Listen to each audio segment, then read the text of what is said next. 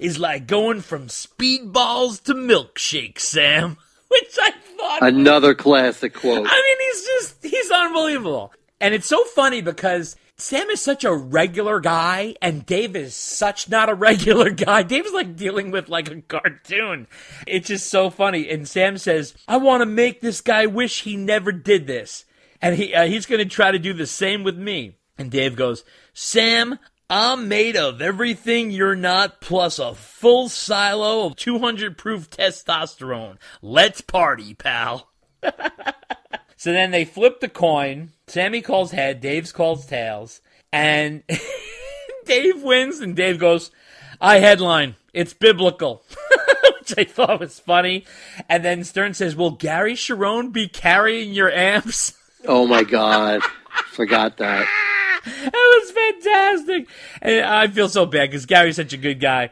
I give Howard a lot of credit because he always I'm on. Oh yeah, he's he knew what the story was. Oh, totally. And like you said, he definitely milked these guys for all they were worth. This is the exact right guy to interview these two because he knows how to handle both of them. So then Sam says, the complications will start the night after I open. And Dave's going to say, oh my God, I have to go on after that? And then David Lee Roth said, Sam, the only problem I'm going to have is the stain on the floor when you leave. It's just a classic. I mean, Dave's unbelievable. Dave just knows how to right. He knows he knows how to say things that people are going to be like, oh. Right. So then Robin goes, Dave, you don't have a big ego, do you? He says, it's as big as Boston, girlfriend. Yeah. At least he's honest. At least he knows. Dave, look, I give him credit. Dave does not exactly hide anything. He's as straightforward as you come when it comes to his ego. Like he'll tell you. It's so funny because back in the day, David Lee Roth, when he would come on Howard, it was the E Show back then. If you remember the video E Show, and what they would do is they'd video the person, whoever it was, the guest for Howard, as they're walking into the building, literally like coming out of the elevator. And Dave comes off the elevator. He's walking in. He says, what's a legend got to do to get a lap dance around here? So they're like, good morning, Dave. Is it too early? And he goes, as far as I'm concerned, it's still last night. The guy's amazing. Always quotable. Unbelievable. Always quotable. When he was describing the show, Dave said, it's 2 big dogs and 1 big dog bowl. And then the only comment he really made about Van Halen, he says, the only sin Eddie Van Halen is guilty of is wasted time. So that was interesting. I thought that was the most truthful thing he said at the time. And the show itself, okay, like we said, 90 minutes, right? So everybody gets 90 minutes. Opening night, they each had a set. And now Dave, basically his set was Van Halen. Classic Van Halen, except for one song. And I always thought that was a mistake. Like, I always thought it should have been, I wouldn't even have done the one, because you can do one song, like, you might as well just go straight forward Van Halen, well, whatever. He threw Yankee Rose in there. But he was doing Hot for Teacher. It was an amazing set. One of his best, I think, set lists, right, Dave? I mean, he had some really nice tunes in here. The guy packed in 19 songs in 90 minutes. It was incredible. Yeah, because the secret was he kept his talking to a minimum, and he was just banging out classic after classic song. That's right. Absolutely, and the band was good. He had a very good band behind him. Yeah, they were not, they weren't a bunch of hacks. Right, absolutely. And Sammy, now, I always thought Sammy's set was a little Van Halen light. Like, I would have done more Van Halen than he did. Really? Because that was the most Van Halen but Dave, he had done. I know you were going to argue this. But here's the thing. No, I'm not arguing. I'm not arguing with you that your point is, I can see where you're coming from, of a valid one. Right. I'm just saying that before that time, Sam had done even less than Van Halen. Oh, I mean, we're talking right? Because his solo show would be like, I don't know, maybe like 8 or 9 Van Halen songs. No, I know. I mean, now he was up to at least a dozen of them. No. Which was a lot for him at that time. No, he's not doing a dozen. And I'm gonna tell you right now. I'm gonna tell you right now. Okay, so here we go. All right. 1, 2, 3, 4, 5, 6, 7, 8. So out of a 17-song set, he's doing 8 Van Halen songs. Now, wait, give me a chance here. What I want to say is, now in a regular Sammy Hagar set, that's fine. That's fine. But here's the thing. This is sort of a specialty boutique tour. This is like basically a Van Halen show without Van Halen. I mean, for Christ's sake, you have Dave, you have Sam, and on some dates you have Michael Anthony. And we'll get into that later, but you gotta almost tailor this set to be more Van Halen heavy because, and let me tell you something, his set is fantastic. Even the Sammy Hagar songs that he chooses to mix in were great, but it means it's typical, like Heavy Metal, Can't Drive 55, Monster Tequila, we'll go through the whole thing. But I just felt like you need a little more than 8. Like, if you're gonna do 17 songs, I don't know, maybe make like 11 of them Van Halen. I thought there could have been a little more, especially like considering Roth's basically doing all Van Halen except for one song. So you think that Dave should have done a little less Van Halen and Sammy should have done a little more? Is that what you're saying? No. What I think Dave should have done, I think what he did was actually fine. I shouldn't even complain about Dave. He did one solo song, Yankee Rose. I don't even know why I'm complaining because I'm a pain in the ass. But I'm ridiculous. My whole thing is if you're going to do one solo song, just go all Van Halen. But he did a fantastic job. The only thing that bothers me is when we'll get to it is when we saw him, he left out Unchained. And I don't know what happened or what was going on, but like later in the tour, he sort of dropped Unchained, and that kind of bothered me. And it's like, don't be playing Yankee Rose if you're going to drop Unchained. So that's that's a stickler with me. But, we're biased.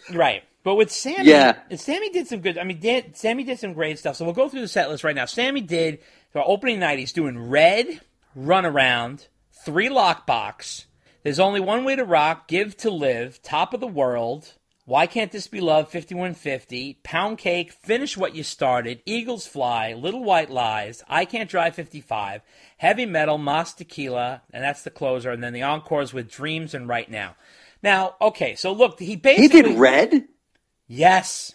In the beginning I don't remember that. In the beginning portion of the tour, what he ended up doing was he switched into Shaka Doobie, which is okay. Remember, that's right. What. See, you have to realize when we saw him, he wasn't doing 17 songs; he was doing 14 sons. It was a little tighter, and Dave tightened his a little bit. He wasn't doing 19 songs. He actually did I don't know if you count.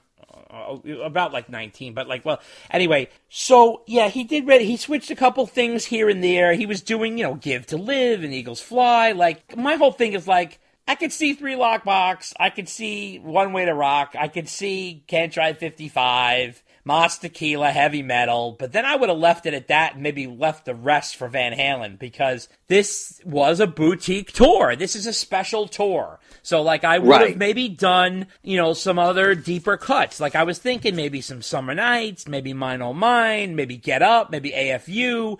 Kind of go in line with the tour, the more rocky sort of, songs of Seven Seal, something along those lines. Now, if you remember, when we saw them, there was a big difference between Sammy's show and Dave's show, as there always is. But Sammy's show was they had the bar with the waitresses, and they're dicking around, they're all drinking, they got the Cabo Wabo backdrop, whereas Dave's was a slam and rock show, right? He came out, and not that they were both supposed to be the same, and I understand that, but Sam was definitely more casual, right? When you remember it, Dave, when it was sort of a kind of a hang, and, then Michael Anthony would come out on some of the dates, not all of them, but he'd come out, and he'd do the songs with Sam. Hey, waitress, remember you call the waitress, they bring him a drink, he pours tequila, he's... Right, it was more of a party. Yeah. And Sam also had, this was the first time he utilized having fans on stage. Oh, yeah. On both sides of the stage. Right. They were almost like bleachers. Right. And he'd have 10 or 20 fans on each side or something like that. Right. Which they would actually utilize again when Sam toured with Van Halen in a couple of years. Right. But, like, that was the difference. It was a party. Right. Sam was very fan-friendly. There were drinks. Yeah. There, you know, the whole thing. He's signing stuff in the middle of the show. I mean, you know. Right. As usual. Right. Now, meanwhile, Dave comes out. It's him. Right. The band. I think it was like a wall of speakers. And that's it. Right. And that's it. Right. And Dave... Yeah. You know, bang, bang, bang, bang, bang. He was rocking the whole time. Not that Sam was doing ballads or anything like that. Yeah. But, you know, a lot of the Van Halen songs he does tended to be lighter fare. Yeah. Oh, yeah. Right? And, you know, by the time we saw him, he had added When It's Love to the set. On some dates, he was doing Eagles Fly and even Rock Candy at some points. But we had saw him... When we saw him at PNC, this is like August 20th of 2002, he opened with like Shaka Doobie, a song I love by Sam, but like, you know, and then like Run Around, Three Lock Box, One Way to Rock. So he was keeping it pretty rocky, top of the world. Then he was doing Best of Both Worlds, you know what I mean? When we saw him instead of 5150. But he could have, like, to your point, he could have been doing more rocking Van Halen songs. He did a lot he did a lot of And I don't and by the way, I don't disagree with you that he should have done more Van Halen songs and done more rocking Van Halen songs. Because we all know it was going to be the comparison game, right? Because it was always leaving the show who was better, Sam or Dave. Well, yeah.